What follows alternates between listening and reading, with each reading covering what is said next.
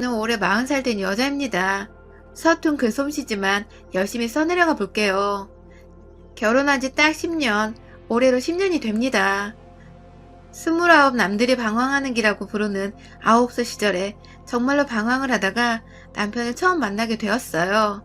그 나이 되도록 남들보다 학벌이 좋은 것도 아니고 졸업하고 좋은 직장을 다니고 있는 것도 아니었고 또 뛰어나게 얼굴이 예쁜 것도 아닌 내 인생이 너무 딱하고 안쓰럽고 후회가 된다며 학창시절에 겪지도 않았던 사춘기를 뒤늦게 겪는 아이 마냥 참 힘들어 했었습니다. 늘 반복되는 일상을 살았었어요. 경영학을 전공했는데 일은 완전히 다른 업무를 맡아서 해왔었고 회사는 오늘 내일 하는 와중에 그나마 월급 밀리지 않고 잘 준다는 이유만으로 악착같이 실업자가 되지 않으려고 열심히 일을 하며 다녔어요. 내일이 당장 불안한 와중에 미래를 계획하거나 제대로 준비할 만한 거리가 없었고 그렇다고 돈이 막 많이 모여져 있는 것도 아니어서 굉장히 자존감도 내려가 있는 때였죠. 그때 정말 하늘에서 내려준 저의 구세주 마냥 남편을 만나게 되었습니다. 독실한 편은 아니었지만 가끔 부모님과 절을 다니는 친구가 제가 너무 딱하다며 주말을 맞아 드라이브 겸 저를 절에 데려간 겁니다. 저는 어딜 데려가든 상관이 없었고 그저 주말에 집안에만 갇혀있을 뻔했는데 저를 데리고 외출을 시켜준 것만으로도 감지덕지라며 따라갔고요. 그렇게 찾아간 서울 변두리에 있던 절은 생각보다 참 예쁘고 또 운치 있었어요. 종교가 없어서 염원을 담아 기도할 자신이 없었지만 그 당시는 제가 너무 기댈 곳이 없었던 때였어서 두 눈 꾹 감고 그 자리에서 마냥 누군가에게 나 좀 살려달라 기도를 올렸던 것 같습니다. 그때 남편이 절 처음 봤었죠. 나중에 연애를 하면서 들은 건데 남편은 젊은 여자가 무슨 사경을 헤매는 것 마냥 기도를 하고 있는 게 너무 애처로워 보였대요. 그것도 기도를 처음 하는 건지 굉장히 어색하게 손을 모아서는 앞에 있는 부처님이 아니라 예먼 벽을 바라보고서 고개를 까딱거리고 있는 게 한편으로는 웃겨 보이기도 했다고 하고요. 기도를 마치고는 친구 손에 이끌려 나가는 저를 따라 한참을 절 안에서 살펴봤던 남편은 그렇게 제가 저를 완전히 나서려고 하는 때에 말을 걸어왔고 옆에서 친구가 눈치껏 방해하지 않겠다며 먼저 차 안에 가 있겠다고 자리를 비켜준 덕에 남편은 그 자리에서 용기까지 내어 제 번호를 따갔습니다. 저로선 부처님께서 외롭고 힘들고 죽고 싶다고 말한 제 소원을 당장에 들어주신 게 아닌가 싶었습니다. 마지막 지푸라기라도 잡자는 심정으로 제 눈에 썩 나빠 보이지 않는 남편의 마음을 받아주기로 했죠.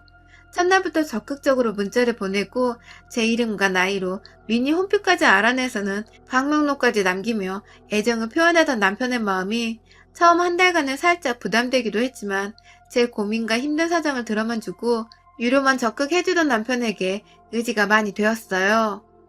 2달 정도를 거의 문자와 미니 홈피로 연락만 하고 지내다가 3달째 되는 때에 제가 먼저 남편에게 커피 한 잔 사달라고 말을 꺼냈죠. 기다렸다면서 좋아라는 남편이 전 또 고마웠고 그렇게 만나서는 저희 둘 다 하루 종일 주말 내내 영화 보고 밥 먹고 공원을 산책하고 또 영화 보고 밥을 먹고 하루 내내 할 것이 없어 죽겠는데도 헤어지기 싫다면서 했던 데이트 코스를 또 반복해서 들어가고 배가 부른데도 억지로 음식을 꾸역꾸역 넣으며 함께 시간을 보냈습니다.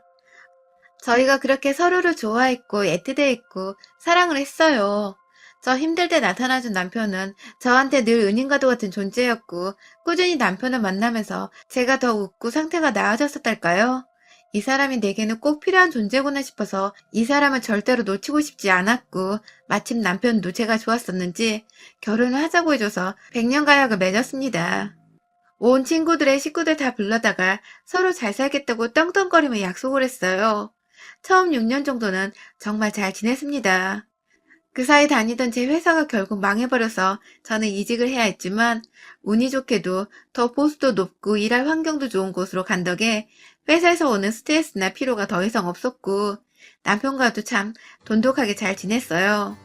처음 연애할 적처럼 뜨겁게 서로를 안 보며 미치는 정도는 아니었지만 그럼에도 둘이서 함께 있을 때가 가장 편하고 살맛나는 그런 기분이 들곤 했죠. 남편도 이제는 밖에 나가 노는 것보다 너랑 집에서 뒹굴면서 노는 게 가장 좋다며 저에 대한 애정 표현을 끊임없이 해줬고 그래서 저는 남편과 제가 천생연분이라고 생각을 했습니다. 그즘 아이를 가지고 싶은데 아이가 들어서지 않아서 조급해져 가고 있었는데 남편이 그럼에도 불구하고 아이는 없어도 된다며 개의치 말라고 하니 저는 저대로 남편이 살짝 딩크족인 건가 싶기도 했었고 부담 주지 않아서 고맙고 편했죠. 남편이 애를 가지고 싶다는 말을 도통 하질 않으니 전 저희가 이대로 잘 살고 있을 거라 생각을 했습니다. 제가 먼저 아이 타령을 하면서 우리가 좀 더 노력을 해야 하지 않겠냐며 옷 벗고 달려들어 뜨거운 밤을 보내도 남편은 아이 타령 없이 그냥 제가 좋아서 잠자리를 가지는 거라며 말을 하니 저로서는 그렇게 생각할 수밖에 없었어요. 다행히도 그때까지 우리는 평소처럼 잘 지냈어요. 그런데 뜬금없이 결혼 8년차가 되던 해부터 남편이 이상해졌어요. 더 정확히는 사람이 달라진 거죠. 남편이 변해가는 과정이 너무 길어서 제가 미련하게 눈치를 못 챈 걸 수도 있었는데 지금 생각해보면 정말 차츰차츰 티를 내다가 한순간에 완전히 딴 사람이 되었던 것 같아요.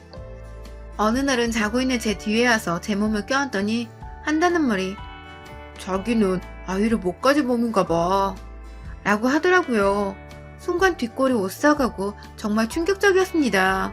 다른 사람도 아닌 남편이 자기 와이프한테 아이를 못 가진 몸이라고 하는 건 네가 불임이 아니냐는 소리라 똑같이 들렸기 때문입니다. 놀래서 남편을 쳐다보니 남편은 뭐가 문제냐는 식으로 절 여전히 꼭 껴안고 있었고 그때 처음으로 이 남자에 대해 내가 모르는 모습이 있겠구나 싶었어요. 그날을 계기로 남편은 조금씩 더 아이를 가지고픈데 제가 문제인 것 같다면서 하루 월차를 내고 병원 가서 검사를 받아보자는 말도 했고요. 갑자기 결혼 후 단 한 번도 안 하던 아이 타령을 하는 남편에게서 당혹스러움을 느꼈던 저는 정말 이게 다 제 문제인 건가 싶어서 그 다음날 바로 월차를 내고 동네 산부인과를 찾았습니다. 혹여나 남편이 그간 아이를 가지고 싶었는데 가지지 못하는 것과 그래서 몸에 문제가 있다고 생각해서 혼자 병원을 찾아가 자기 몸은 이상이 없다는 소견을 받았나 싶어 움찔했어요. 그 얘기는 곧 남편의 몸은 멀쩡하니 제 몸이 문제라는 뜻이었고 그 바람에 남편이 최근 들어 자꾸 제가 아이를 못 가지는 몸이 아니냐는 소리를 하는 것만 같았거든요. 검사를 받는 내내 진짜로 내가 불임이라든지 그래서 그 이유를 평생 믿고 의지하려 했던 내 남편이 날 떠나면 어쩌나 싶어 결과가 나오지도 않았는데 눈물이 왈칵 쏟아졌어요. 그 바람에 선생님께서도 스트레스 받지 말라며 임신은 요즘 불임이어도 방법이 많아 언제 얼마든 가능하니 희망을 놓지 말라는 말씀을 하시는데 그 말이 귓구녕으로 한마디도 들려오지 않았어요. 그리고 산부인과에서 받은 검사 결과는 다행히도 정상이었습니다. 아이를 가질 생각이 없는 것인 줄로만 알고 있었는데 내일 모레 40이 되는 때에 갑자기 부랴부랴 산부인과 검사라니 정말 난감하고 제 머릿속이 막 복잡해지더라고요. 다행히 검사 결과에 따르면 제 몸은 생각보다 또래에 비해 젊었고 아직 임신이 늦지 않았다는 소견도 받았고요. 동시에 여러 가지 임신을 할 수 있는 인공수정 등의 방법도 권유를 받았습니다. 상담을 오래도록 받고 병원을 나서는 순간 문득 그런 생각이 들더라고요. 남편이 왜 저한테 제 몸이 문제라는 소리를 한 건지 말입니다. 당장 집에 가서 자신감을 가지고 따끔히 한마디 해줘야겠더라고요. 그냥 내 몸은 멀쩡한 것을 말입니다. 퇴근한 남편을 붙잡고 검사 결과를 보여주며 내 몸은 멀쩡하니 당신도 일단 검사를 받아보고 우리가 둘 다 정상이라면 같이 임신을 해보기 위해 노력을 해보자고 말입니다. 하지만 남편은 생각보다 저의 검사 결과지를 좋아하는 눈치가 아니었어요. 당황스럽게도 내 몸도 멀쩡해. 그냥 자다 보면 생기겠지. 라는 말과 함께 검사지를 보는 둥 마는 둥 하면서 샤워한다고 일어나더라고요. 전 남편이 화가 난 줄 알았어요. 제가 자기 몸이 이상할 수도 있으니 검사를 받으라고 한 게 실수였나 싶어서 미안한 마음에 혼자 안절부절 못하는데 화난 줄 알았던 남편은 몇 주 정도 그냥 평소처럼 지내는 듯 혹은 더 미지근해진 듯 알게 모르게 묘한 태도로 저를 대하다가 몇 주 정도 지나면서 제게 데이트 신청을 하더군요. 그래서 둘 다 퇴근하고 만나서 영화를 보러 갔어요. 그런데 참 한순간이었습니다. 제가 들은 남편의 말입니다. 영화표를 구매하고 팝콘이라도 하나 사자며 카운터 앞에 서서 메뉴를 보고 있는데 남편이 절 불렀어요. 그런데 제 팔을 잡으면서 절 부르는 남편의 입에서는 웬 처음 들어보는 여자의 이름이 튀어나왔습니다.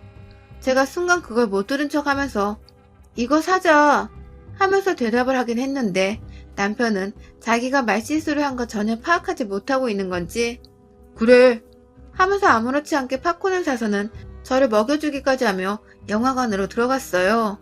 참 쎄하더군요.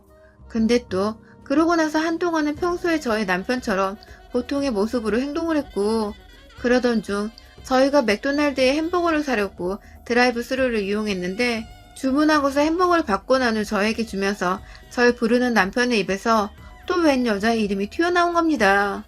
지난번 영화관에서 불렀던 그 이름이 말입니다. 제가 순간 참지 못하고 뭐라 불렀어 지금? 이라고 말을 했고요. 그러자 남편은 내가 뭐? 라며 끝까지 시치미를 뗐어요. 그래서 제가 화선이라고 불렀잖아. 안 그럼 내가 이 이름을 어떻게 알고 있어 지금? 라고 말을 하니 남편은 한동안 더 부정을 하다가 자기 직장에 있는 비서의 이름이라고 하더군요. 이 사람이 비서가 있을 정도로 높은 사람인 줄은 몰랐는데 그 상황에서 비서라고 하니 어찌나 믿고 싶던지요. 남편의 입에서 무의식 중으로 내가 아닌 비서의 이름이 튀어나올 정도로 두 사람이 가까운 건가 싶어서 섭섭하기도 하고 우울한 마음을 남편은 아는지 모르는지 옆에서 햄버거만 맛있다고 냄새를 풍기며 퍽퍽 처먹고 있고 참 난감하더군요. 하지만 더 큰 일은 따로 있었어요. 지난 결혼 생활 중에서 가장 분노를 느끼고 또 이 인간을 확 조져버려야 하나 싶은 잔인한 생각까지 처음 들었던 순간이었습니다. 드라이브 스루 사건 이후 또 한동안 제 앞에서 말실수를 할까봐 말도 제대로 안 하고 입을 꾹 다물고 있던 남편은 제 생일을 맞아서 저한테 꽃다발을 보냈더라고요. 회사로 말입니다.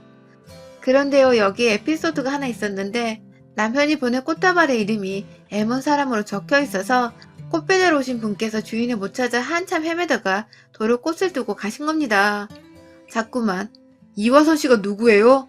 하면서 찾고 주소를 재차 확인했는데도 우리 사무실에는 이화선이란 사람이 없었던 것이죠. 결국 배달하는 분은 밖에 나가서 꽃을 보낸 사람과 통화를 했고 그 꽃을 보낸 사람은 다름 아닌 저희 남편이었습니다. 그리고 꽃을 보낸 사람은 이화선이 아닌 바로 생일을 맞은 저였었고요. 배달원이 나가서 남편과 통화를 하는 동안 어디서 많이 들어본 이름이라면서 혼자 곰곰이 생각을 했어요. 그러다가 문득 내 남편 입에서 튀어나왔던 그 여자 이름인데? 라며 생각을 하는 그때 밖에서 배달원이 도로 사무실로 들어와서는 제 이름을 부르며 이름이 헷갈렸었나봐요 하면서 꽃을 건넸고요. 온 회사 사람들이 저를 쳐다보는 와중에 꽃다발 안에 든 편지지를 확인했는데 역시나 그 속에 제 이름이 아닌 이화선이란 이름과 함께 생일 축하한다는 글이 적혀 있었어요. 정말 제 남편이 보낸 거 맞냐며 왜 이름이 다른 사람이냐며 이 사람은 누구냐며 꼬치꼬치 물어보는 회사 사람들 사이에서 저희 형님 이름이 이화선이에요 라면서 그나마 남편과 이 여자의 성인 같은 걸 다행으로 여기며 애먼 거짓말을 하며 상황을 빠져나왔습니다. 그리고 그날 편지지를 보여주며 남편에게 이 여자가 도대체 얼마나 당신 인생에 큰 영향을 미치면 허구헌날 와이프 앞에서 이 여자 이름을 대며 이젠 하다하다 편지지에 글씨까지 지 와이프한테 보내는 건지 이화선 씨한테 보내는 건지를 구분도 못하냐며 정말 결혼 생활을 처음으로 미친 척 발악을 하며 화를 냈어요. 섭섭하고 화나 죽겠는 와중에도 그간 티도 못 냈다며 당신 나한테 어떻게 이러냐고 바람 피우냐며 편지를 뜯고 울고 불고 난리를 피우니 남편은 절대로 바람이 아니라고 그냥 직원 사람이라 이름 부르는 게 너무 버릇이 되어버렸다며 그렇게 우기기만 했습니다. 저는 하나뿐인 내 남편을 의심할 수 없어서 믿고 넘어가는 수밖에 없었고요.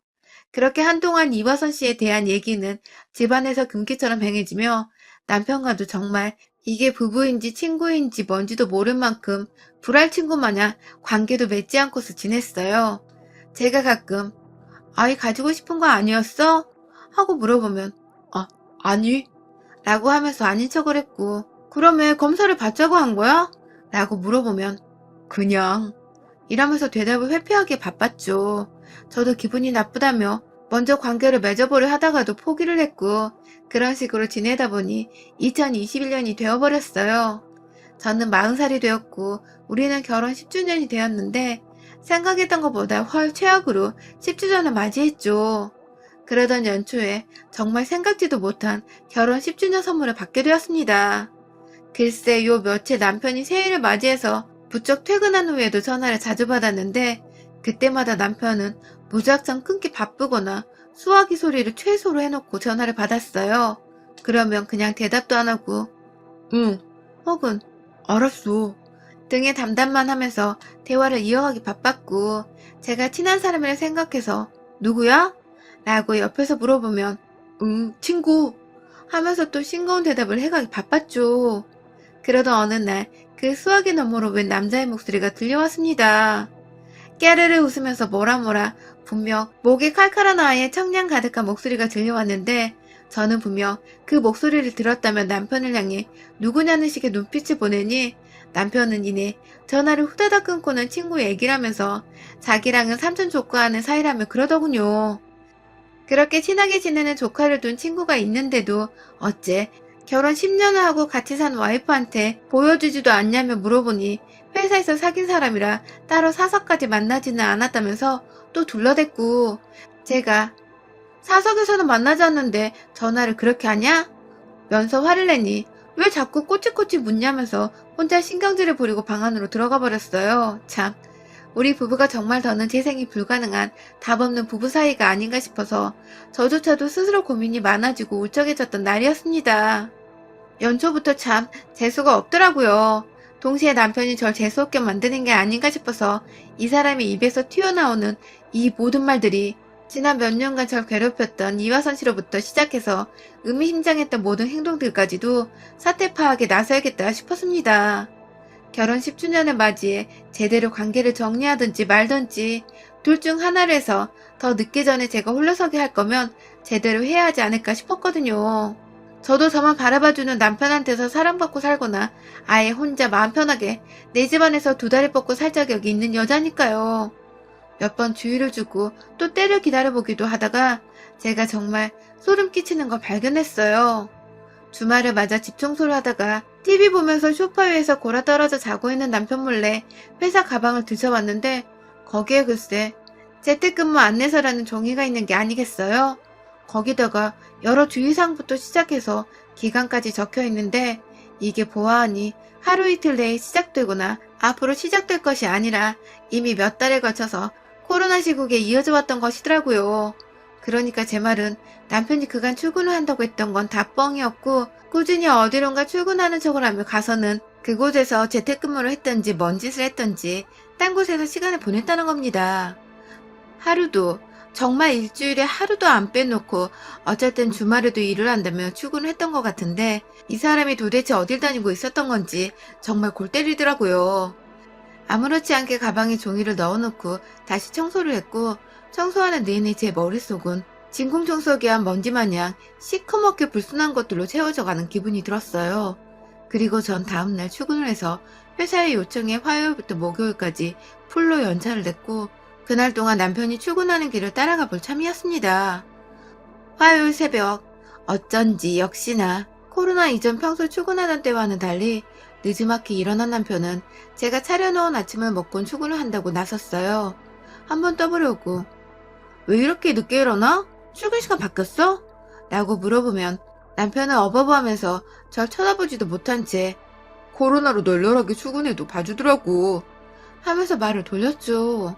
그런 남편을 가소롭게 쳐다보면서 밥 맛있냐고 물어보니 맛있어 라고 대답을 하는데 참 그 미소를 가위로 잘라버리고 싶더라고요. 그리고 출근하는 남편을 배웅하고 나서 저도 느지막이 베란다에 서서 걸어가는 남편을 뒤쫓았어요. 저희 부부는 차가 있어도 지하철로 출퇴근을 하는지라 어느 방향으로 가는지만 확인하려 했는데 의외로 지하철역으로 가더라고요. 불이 나게 나갈 채비를 하고서 지하철역으로 그리고 역 안에 들어가자마자 보이는 곳에 서서 지하철을 기다리는 남편을 피한다고 순간 간이 떨어질 뻔했으나 이놈의 코로나 덕에 마스크가 처음으로 도움을 주더라고요. 얼굴이 다 가려져 있으니 딱히 주변을 둘러봐도 그놈이 그놈 같아 보였고 저는 그렇게 남편과 같은 지하철 칸을 타고서 가다가 얼마 지나지 않아 뜬금없는 역에서 내렸습니다. 이 인간은 분명히 시청역에서 내려야 하는데 회사고 뭐고 그냥 동네인 듯한 곳에서 내리더니 자연스럽게 개찰구로 빠져나갔어요.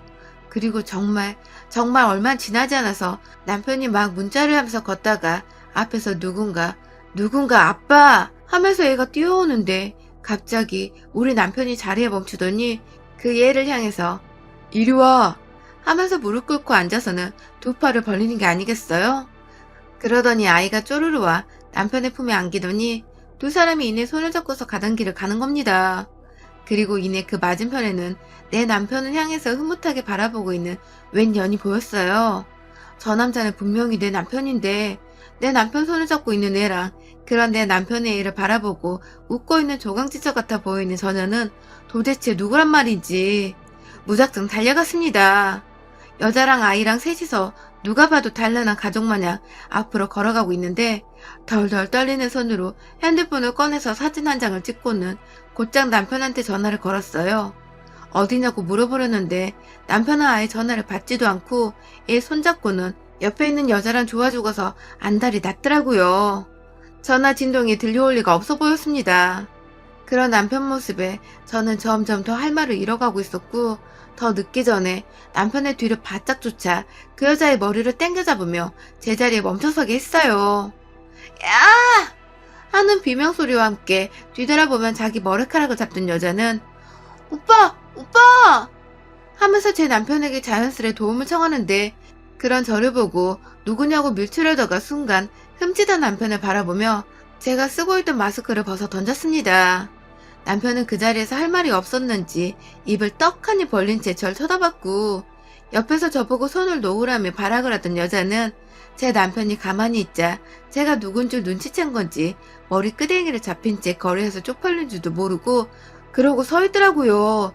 애는 또 한가운데서 울고 있고 지나가는 사람들부터 가게 사장님들이 나와서 뭔 일이냐고 다가오고 있고 차마 얘 때문에 뭔 짓을 못할 뻔했는데 옆에서 그 여자가 슬슬 제 팔을 다시 뜯어당기면서 그러더라고요. 나 놓으라고. 네가 뭔데 내 새끼 옆에서 이러는 거야. 그러고도 내 새끼한테 무사할 줄 알아? 라고 말입니다. 아무래도 이 여자는 제가 아이가 없는 걸 알고 있는 것 같았어요. 저만 그렇게 느끼는 건가요? 자꾸만 새끼 거리는 게 지는 자식이 있을 든든하단 소리로밖에 들리지 않더라고요. 얘 보면서 참으려고 했는데 도저히 마음이 참아지지 않았습니다. 길거리 한복판에 불륜해도 모자라 얘까지 나온 주제에 라면서 몇 번이고 같은 문장을 돌려 말해 주변에 있던 사람들 들으라고 소리를 지르며 여전히 잡고 있던 인연의 머리끄댕이를 잡아가며 길거리에서 한참을 제 손 시뻘개져가며 때려줬어요. 제가 울먹거리자 남편은 또 저를 말리는데 그 와중에 또 화선아 하면서 그 여자를 말리대요? 와, 이제 보니 이화선이란 년이 바로 인연이었던 겁니다. 얘까지 낳고 나몰래 두 집 살림하며 살고 있었으니 조강지처 앞에서도 생각 없이 그 이름을 뱉어낼 수밖에 없었던 것이더라고요. 자그만치 몇 년간 저를 감쪽까지 속여 살 생각을 하더니 너도 똑같아 이 자식아. 네가 어떻게 나를 속여? 하면서 울음이 마르지 못한 상태에서 막 오열을 하며 남편의 가스팍을 치고 두 년놈을 끌어다가 멱살을 뒤흔드는 와중에 누군가 뒤에서 아이를 안았어요. 그 앞에 있던 가게 사장님 부부인 것 같았는데 아이를 안고 들어가시는 아버님의 뒤로 뚜둥 하고 나타난 아주머니가 글쎄 자기 일로 좀 와봐 라고 하는 거예요. 그래서 네? 하고 울다 말고 아주머니를 쳐다보니 아주머니는 일로 좀 와봐 하면서 절 끌어잡고 자기 뒤에 세우더니 이내 뒤에서 아버님이 물통을 막이고 나오는데 그걸 아주머니가 바톤 터치하듯이 받아들고서 이화선이랑 제 남편을 향해서 확 물벼라고 뿌리듯 그 통 안에 꾸정물을 던져버리셨습니다. 오던 가게 오픈한다고 청소하면서 쓰던 걸레밥물을 보자 하니 못 들어주겠었는지 바람핀 것들은 싸그리 죽여버려야 하는데 하면서 물을 뿌렸죠.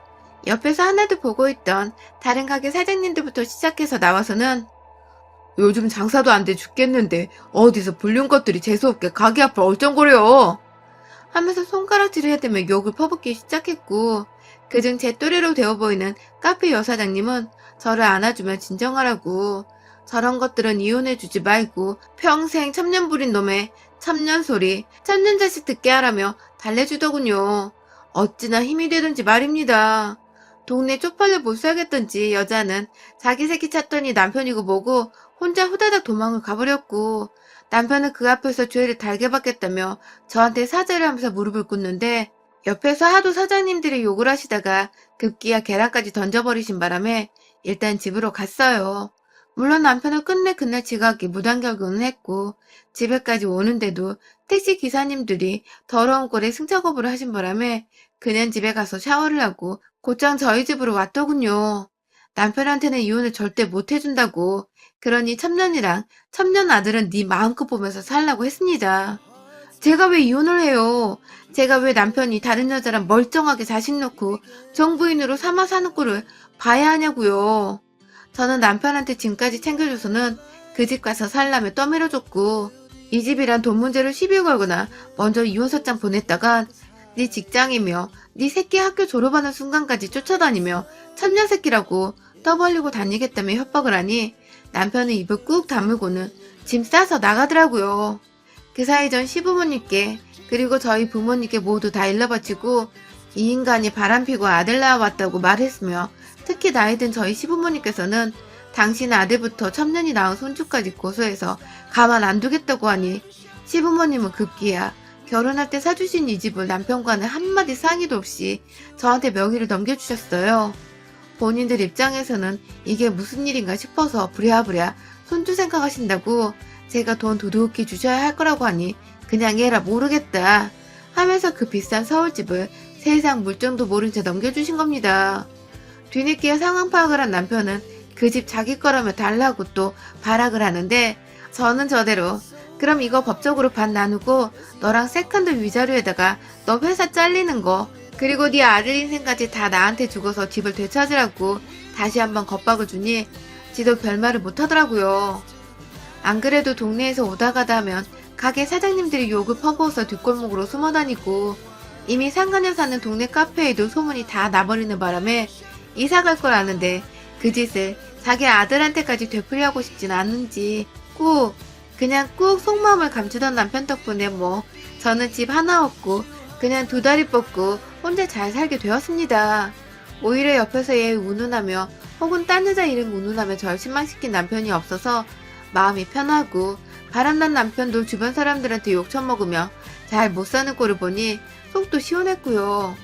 다행인 건 남편도 그날 가게 사장님들한테 물벼락에 계란 세례까지 맞고서는 자기가 부끄러운 짓거리를 한 줄 알고서 고개를 못 들고 다녀 제가 좀 꼬셔하는 중입니다.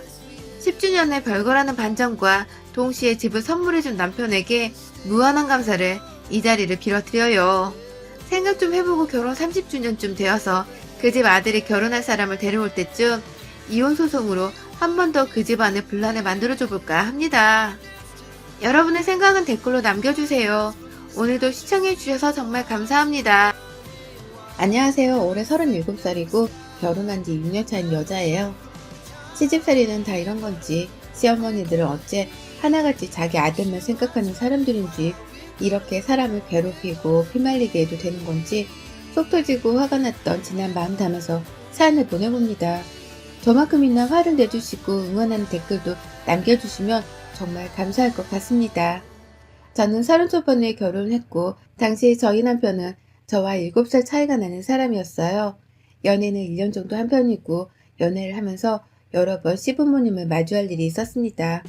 일단 집안의 친인척 결혼식이 2번 정도 있었는데 그때 남편이 저를 인사시킬 겸 데려간다고 하여 따라갔다가 온 집안 식구들을 다 봤었고요. 그걸 계기로 그 후에 아버님 생신 한 번이랑 어머님 생신 한 번, 그리고 서방님 생신 한 번, 이렇게 가족들 행사마다 참석을 해서 눈도장을 찍고 나름 시댁 식구들과 친하다고 생각을 하면서 시집을 가게 되었어요. 저로서는 고부관계에서 오는 스트레스를 절대로 결혼 후에 겪고 싶지 않았고, 그런 감정 싸움이 불필요하다고 여겨서 한때는 결혼에 대해 관심이 없기도 했던 사람이었던지라 결혼 후 시어머니와는 웬만하면 정말 잘 지내보고 싶었습니다. 나중에 서방님이 결혼하시고서 동서가 생겨도 집안의 여자들끼리 같이 오순도순 잘 지내는 훈훈하고도 지극히 정상적인 가족의 모습을 꿈꿨던 사람입니다. 그런데 결혼하고 나니 저희 시어머니가 제가 생각했던 것과는 좀 많이 다른 사람이시더라고요. 일단 뭐에 굉장히 쫓기는 듯한 말들을 던져가면서 상대가 불안함을 느끼고 괜히 잘못을 저지르는 것처럼 느끼도록 만드는 재주가 탁월하셨습니다. 저희 남편은 저랑 결혼할 때부터 이미 30후반에 진입한 사람이었습니다. 그래서였는지 저희 시어머니는 남편과 저로부터 하루빨리 손주를 보길 원하셨어요. 남자가 더 나이 들어서 아이를 가지게 되면 나쁠 건 없지만 애가 대학 들어갈 때 너는 벌써 환갑이 훌쩍 넘어가 있을지도 모른다면서 좀 더 어린 신부를 찾길 원했었는데 저를 데려와 어쩔 수 없었다는 기가 막힌 소리를 해가면서까지 아이를 빨리 보길 원한다는 티를 팍팍 내셨습니다. 뭐 저도 결혼을 하고 나서 사랑하는 사람이 아이를 가지는 것에 반대하는 입장은 전혀 아니었고 언젠가 들어서게 되면 아이를 잘 보듬고 키워낼 자신이 있었는데요. 옆에서 이렇게 다른 사람도 아닌 시어머니가 자기 아들 나이가 꽉 찬 건 생각을 못하고 며느리가 나이 들었다는 뉘앙스의 말을 꺼내시면서 아이 걱정을 하시니 저도 너무 초조해지더라고요. 급하지 않았었는데 갑자기 막 급하게 뭐에 쫓기는 기분까지 들면서 신혼 초부터 남편과의 잠자리가 즐겁고 재밌는 게 아니라 완전 부담 100배의 의무적으로 느껴지기까지 했습니다. 다른 집 며느리들은 어찌 사는지 모르겠지만 저는 정말 저희 시어머니 밑에서 신혼이 완전 얘를 낳기 위해 고군분투해야 하는 때로 여겨지면서 남편과의 잠자리에 애 하나 가져보겠다고 최선을 다했네요. 이건 뭐 정말 제가 애를 낳기 위해 시집을 온 건가 헷갈릴 정도였답니다. 아무튼 처음 몇 년간은 꽤나 임신하려고 노력을 많이 했는데 결과적으로 맘처럼 쉽지가 않았습니다. 저도 사람이다 보니 이쯤 되어 내가 너무 강박관념이 생겨버린 건 아닌가 싶어서 자연스럽게 마음을 놓아보게 되더라고요.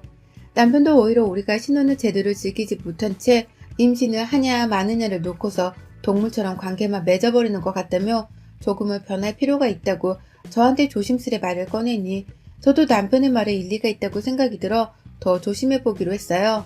좀 더 여유있게 주말을 맞으면 하루 종일 집에 있을 게 아니라 둘이서 데이트를 하거나 좋은 풍경, 좋은 음식을 보면서 마음을 더 행복하게 만드는데 집중을 하려고 노력했습니다. 이대로 몇 년 더 살아보고 임신이 안 되면 그때 다시 한번 시험관 시술을 하든지 해서 의술의 도움을 빌려보고자 했고요. 어머니 저희는 부부였고 아이를 낳고 키우는 것도 저희가 해야 할 일이었기에 둘이서 충분한 대화를 나누고 결정을 한 것이었으며 저희는 그 대화에 아주 만족을 했던 상태였습니다. 그런데 결국 그렇게 뜸을 들이는 동안에도 임신이 되지 않았고 점차 옆에서 저를 대하는 시어머니 태도가 막 나가기 시작했어요. 그래도 며느리라면서 오면 따뜻한 밥 한 끼는 주셨던 분이셨는데 우와, 제가 인터넷에서만 읽었던 일들을 직접 겪어낼 줄은 상상도 못했네요. 글쎄 저한테 대놓고 찬밥을 주시면서 한다는 말씀이 우리 아들 애도 없는 와이프랑 노느라 힘들었겠다 라면서 김 솔솔 나는 뜨신 밥을 남편에게 건네주더니 잘 먹으라고 식탁에 놓여져 있던 고기 반찬을 대놓고 남편의 자리 앞에 옮기더라고요. 그 바람에 당시 동서와 연애 중이었던 저희 서방님은 무슨 사람을 먹는 걸로 차별해? 하면서 저를 위로하려는 듯 다시금 그 고기 반찬을 제 앞에 두고서는 형수님 많이 드세요? 하면서 제 편을 들어줬어요. 그때 순간 어찌나 눈물이 나오려는 걸 간신히 참았던지 그날 서방님이 보여주신 행동은 저희 남편도 부끄럽게 만들었고 남편은 급기야 집을 나서면서 서방님께 넌 나중에 결혼하면 잘 살겠다 하면서 자기가 순간 창피했다고 그리고 와이프를 대신해 고마웠다면서 인사까지 챙길 정도였죠. 시어머니는 내내 뼈류통에 있었고 급기야 저희가 집을 나서는 순간까지도 아직 애가 안 들어서면 그냥 확 지금이라도 시술을 받던지 뭘 하던지 빨리 행동으로 보여달라고 신경질을 부리셨습니다. 그 바람에 남편도 슬슬 화가 났는지 엄마가 옆에서 쪼으면 어느 부부가 스트레스 없이 얘를 덜컥 가지겠어. 없던 스트레스가 생겨서 병까지 날 지경이야. 하면서 화를 내고 돌아섰네요. 남편과 서방님이 번갈아 가면서 저를 보호해주는 게 너무 고마웠지만 동시에 너무 미안했습니다. 제가 그냥 임신이 바로 되었더라면 집안에 이런 불필요한 논쟁들이 아예 필요가 없는 것이었으니까요. 그날부로 저희는 병원에 적극적으로 찾아갔고 인공시술도 여러 번 받았어요. 병원을 자주 들락거리며 임신을 하고자 노력하던 그 몇 년 사이 동안 저희 도련님은 동서와 결혼을 했고요. 서방님이 집안의 늦둥이다 보니 남편과 나이 차이도 났고 저하고도 2살 터울이었는데 동서는 그보다 어려서 저하고는 5살 터울이었어요.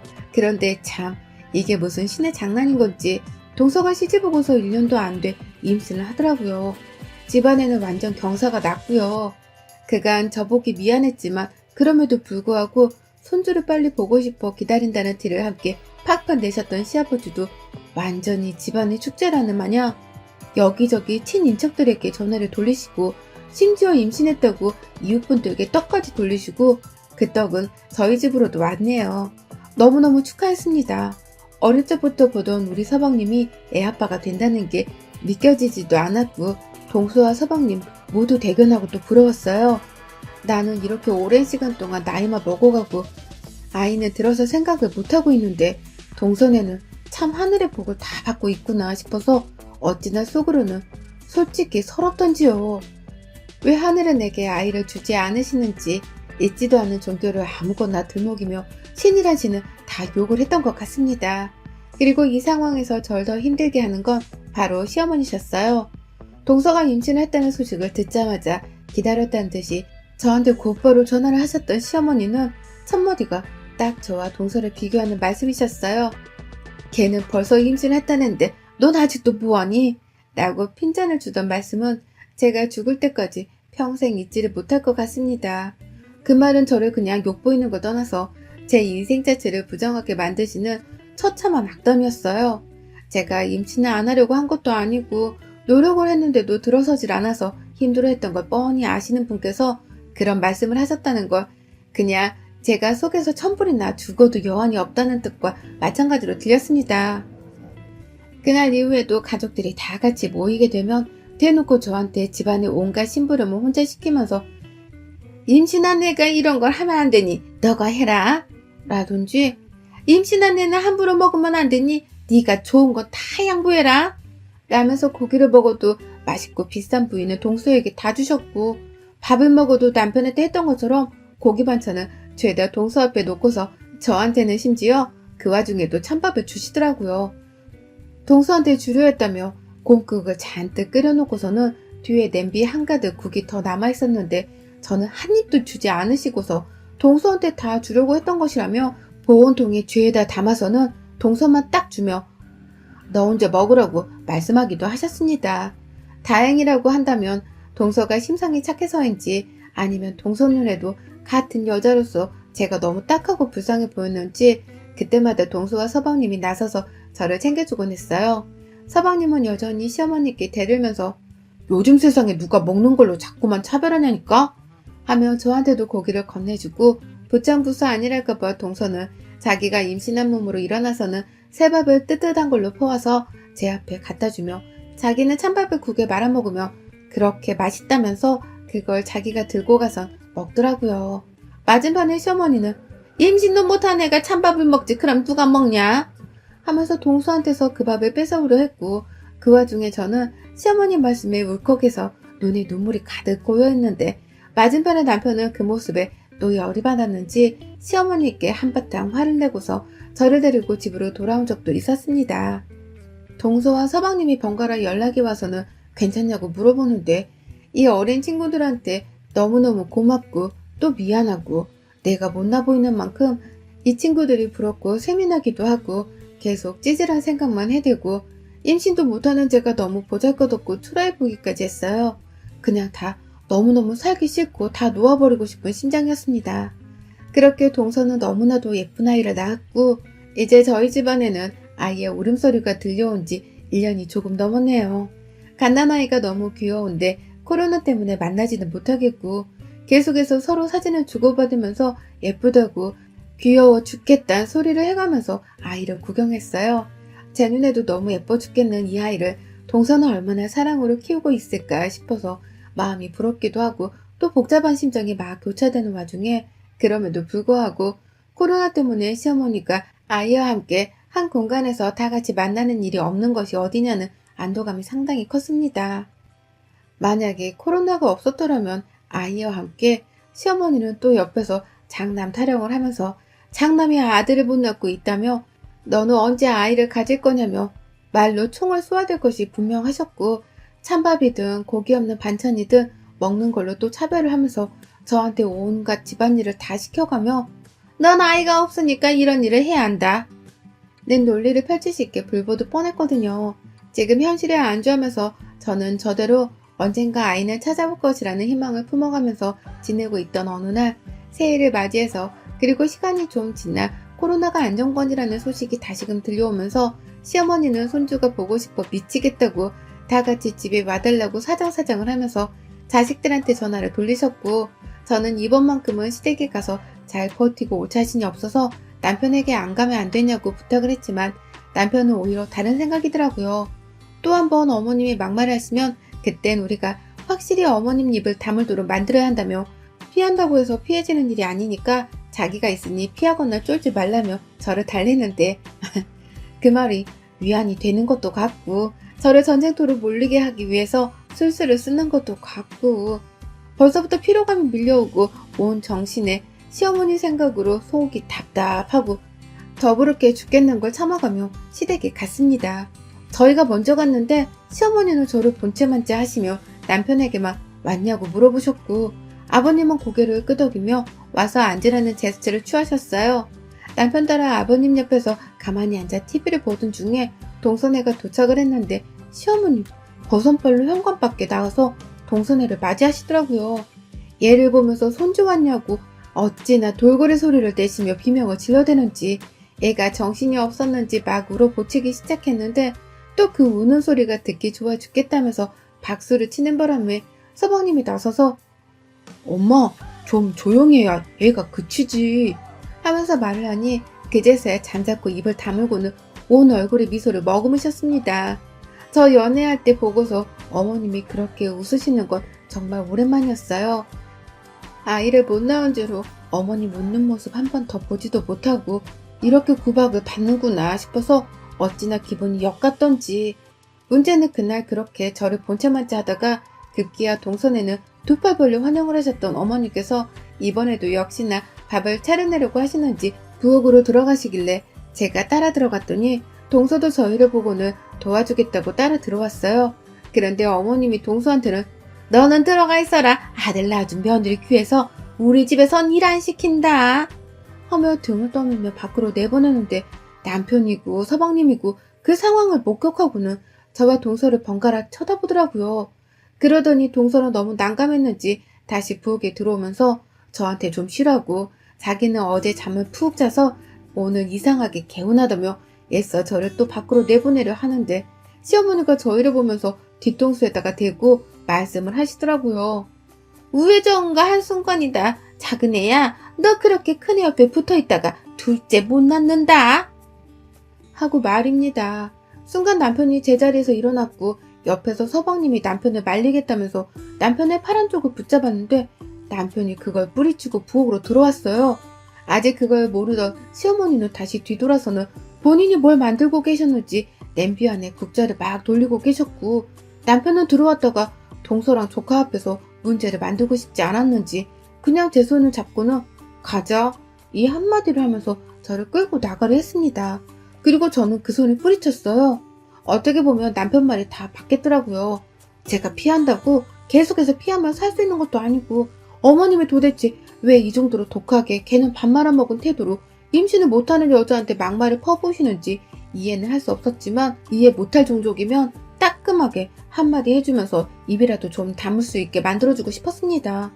코로나로 오랫동안 안 보고 지내면서 제 마음은 참 편하고 그나마 살맛이 났었는데 시어머니를 다시 보면서 시작된 이 답답한 마음을 이 속이 터져버릴 것 같은 마음을 어떻게든 터뜨려버리고 싶은 욕구가 솟구쳤습니다. 그때 남편이 저를 데리고 가려는 걸 보신 시어머니는 얘 봐라 네 마누라 예쁘다고 챙겨주기 전에 네 동생 와이프 둘째 하나 더 낳게 해달라고 비는 게 속 편하지 등신 같은 놈 하면서 급기야 제 앞에서 또다시 애타령을 하면서 제가 임신을 하기 전에 동서가 하나 더 빨리 낳을 거란 식으로 제 몸뚱이를 동서와 비교를 하면서 동서한테 더 신경을 쓰라고 제 남편한테 등신이라 혼을 내시는데 정말 제가 더는 참을 수가 없었습니다. 여전히 뒤돌아서서는 자기 할 일을 바쁜 척 자기가 뱉은 날선 말들에 책임이 없다는 듯이 무시를 하고 있는 시어머니의 이름 석자를 불렀어요. 눈이 동그래져서는 놀래 저를 쳐다보면서 너 지금 뭐라 그랬어? 라고 말하는 시어머니 얼굴에 빤떡으로 한 대 날렸습니다. 아주 손바닥을 쫙쫙 펴서 한가득 바람이란 바람을 힘을 모조리 받은 채 거세게 그 뺨 한 대를 쳐버렸어요. 그러자 시어머니는 그 자리에서 들고 있던 국자까지 떨어뜨려가며 할 말을 잃었는지 저를 쳐다보기만 하다가 슬그머니 한 손으로 자기 뺨을 비비더라고요. 옆에서 남편은 여보! 하면서 놀래 제 손을 잡으면서 혹여나 제가 더 지엄마를 때릴까 싶어서 저를 꽉 붙잡고 있고 그 사이에서 동서도 놀랐는지 저를 부르며 참으시라고. 그 와중에 하지 말란 소리는 안 하고 제가 화난 거 충분히 이해하니까 참으라는 말을 하는데 순간 웃음이 튀어나올 뻔했네요. 시어머니는 여전히 그 자리에 서서 뭘 잘못했는지 자신은 모르겠다는 식으로 저를 쳐다보며 충격받은 채로 서 있는데 제가 그 얼굴에다가 그 얼마 안 되는 그 거리에서 온 목구멍에 힘을 쏟아 속에 있는 이물질까지 끌어올리겠다는 마음으로 가래를 모아서는 시어머니 면상에다가 퇴퇴퇴 하고 뱉어버렸습니다. 질렸다면 질린 인연이고 끊고 싶다면 정말 진작에 끊고 싶은 인연이었습니다. 내가 인연이랑 고부관계를 지속하며 개같은 소리를 임신하라는 소리를 계속해서 차별받으며 들을 바에야 지금이라도 애 없을 때 남편이랑 이혼을 깔끔하게 하고서 혼자 속 편하게 사는 게 낫겠다면서 시어머니한테 당신 내가 이혼 책임 물고서 소송 걸고 여기저기 매스컴에 당신 같은 쓰레기 시어머니가 있다는 거 만천하에 알리고 다닐 거야 라면서 다시 한번 입안에 고인 침을 영혼까지 끌어다 모아서는 그 면상에 퇴퇴퇴 하면서 던져버렸습니다. 말리고 있는 남편의 정강이를 걷어차면서 내가 지금 진정하게 생겼냐고 왜 당신 엄마 주둥이를 막을 생각을 못하고 지금 나를 막고 있냐면서 애먼 남편의 등짝과 뺨따구를 후려치면서 네가 지금 왜 네 엄마 막을 생각을 못하냐고 하면서 발악을 했고요. 미안하다고 저를 놓아버리는 남편을 그 순간 밀쳐낸과 동시에 다시 한번 시어머니 앞으로 다가가 제 가래를 닦아내고 있는 시어머니의 뒷덜미를 잡아 끌고 너 죽고 나 죽자며 난동을 피우다가 제가 먼저 제 손으로 시어머니를 놔줘서 시어머니가 건너편으로 튕겨져 넘어지게 만들었어요. 그리고는 남편에게 나 진짜 당신이랑 더는 못 살겠다. 이혼하자. 네 엄마는 내가 직접 소송 걸 거니까 각오해라. 라는 말을 남기고는 뒤에서 안절부절 못하고 서 있는 동서와 서방님께 미안하다고 그리고 고마웠다는 말을 남기고는 그 집을 나갔습니다. 남편 차 끌고 집으로 돌아오면서 너무 서러운 나머지 그런데 화가 나면서 동시에 속이 시원한 나머지 울음이 더 이상은 나오지 않았어요. 집에 도착을 하고 바로 제 짐을 싸고 있는데 남편은 그 사이 택시를 타고 왔는지 제 뒤를 30분 차이로 따라왔더군요. 자기 엄마가 잘못한 거 너무 잘하니까 자기와는 이혼을 하지 말아 달라면서 절대로 다시는 시댁에 저를 데리고 가지 않겠다면서 자기 엄마가 잘못했다고 싹싹 빌게 만들며 그제서야 속이 시원하냐고 하는데 제가 그래야 속이 시원해. 네 엄마가 내 앞에서 말실수했던 거 싹싹 빌지 않으면 난 당신이랑 무조건 이혼이야. 라고 한마디 던지고는 그대로 짐을 싸서 친정으로 왔어요. 친정 부모님은 당연히 속이 괴로워 죽겠어 하시고 저는 시어머니한테 예고를 했던 대로 변호사를 만나 시어머니를 고소했습니다. 남편은 제가 친정에 간 날부터 매일같이 퇴근을 하면 저희 집 앞에 와서는 잘못했다면서 빌고 있고 제가 급기야 시어머니를 고소해버렸는데 그 다음날 남편은 아예 회사까지 결근하고서 잠시 제가 자리를 비운 사이에 저희 친정에 들어와서는 저희 부모님께 주먹까지 맞아가면서 잘못했다고 싹싹 빌었다더군요. 제발 이혼만큼은 막아달라고 자기 엄마 소송만큼은 막아달라고 발악을 하다가 급기야 시댁에 가서는 무슨 말을 한 건지 시어머니, 서방님, 아버님 그리고 동서까지 모든 시가족들과 함께 대동을 해서는 저희 집에 찾아와서 결국 제가 있는 그때의 무릎을 꿇고 제 앞에서 그리고 제 부모님 앞에서 말실수를 해서 정말 미안하다며 사과를 하게 만들었습니다. 시어머니도 며칠간 아들들한테 완전히 아나무인하다는 욕을 처먹을 대로 처먹었는지 얼굴이 완전히 녹초가 되었고 동서도 시어머니 옆이 아니라 제 옆에 와서는 자기 형님은 저밖에 없다면서 저 이혼하면 자기도 시어머니한테 실망해서 다신 시댁에 안 간다고 남편한테 말을 했다면서 제 마음을 돌려보겠다고 하는데 아유 참 고맙고 미안하더군요. 그날 시어머니는 저희 엄마 아빠 앞에서 한참이나 내 딸한테 막말하고도 당신이 오래 살 것 같냐며 어떻게 인간의 탈을 쓰고서 자식 못 낳고 있는 같은 여자한테 그따위로 행동하냐며 선생님한테 혼나는 학생 마냥 두 손 모아서 머리 조아리며 사과를 하셨고, 결국 저는 그 사과를 받아주고 소송을 취하기로 합의를 했습니다. 남편한테는 당신이 아닌 서방님과 동서 때문에 사과를 받아주는 거라면서 나는 이후로도 다시는 시어머니와 마주하고 싶지가 않다고 말을 확실히 전했고, 그 바람에 남편은 다시는 저를 시댁에 데려가지 않을 거라는 약속까지 전해주곤 저를 무사히 집으로 다시 데려갔네요. 물론 그날 괜히 서방님과 동서가 제 편 들어준 게 고마워서 저희 집에서 술 한잔을 두고 불러 밤새도록 술 마시며 이런저런 서러웠던 얘기들을 재차 토해내며 풀었고요. 그렇게 저는 든든한 가족들 덕분에 시어머니와는 완전히 관계를 쪽낸과 동시에 사과까지 받아냈답니다. 아휴, 정말 길고도 긴 시집살이였는데 이렇게라도 결말이 시원한 사이다라 얼마나 속 편한지 모릅니다. 요즘 그냥 아이는 생기면 생기는 대로, 안 생기면 안 생기는 대로 저다운 삶을 살면서 남은 결혼 생활을 제 속 편히 좀 보내보려 합니다. 결혼은 시어머니와 한 게 아니라 남편과 한 거니까요. 여러분의 생각은 댓글로 남겨주세요. 오늘도 시청해 주셔서 정말 감사합니다.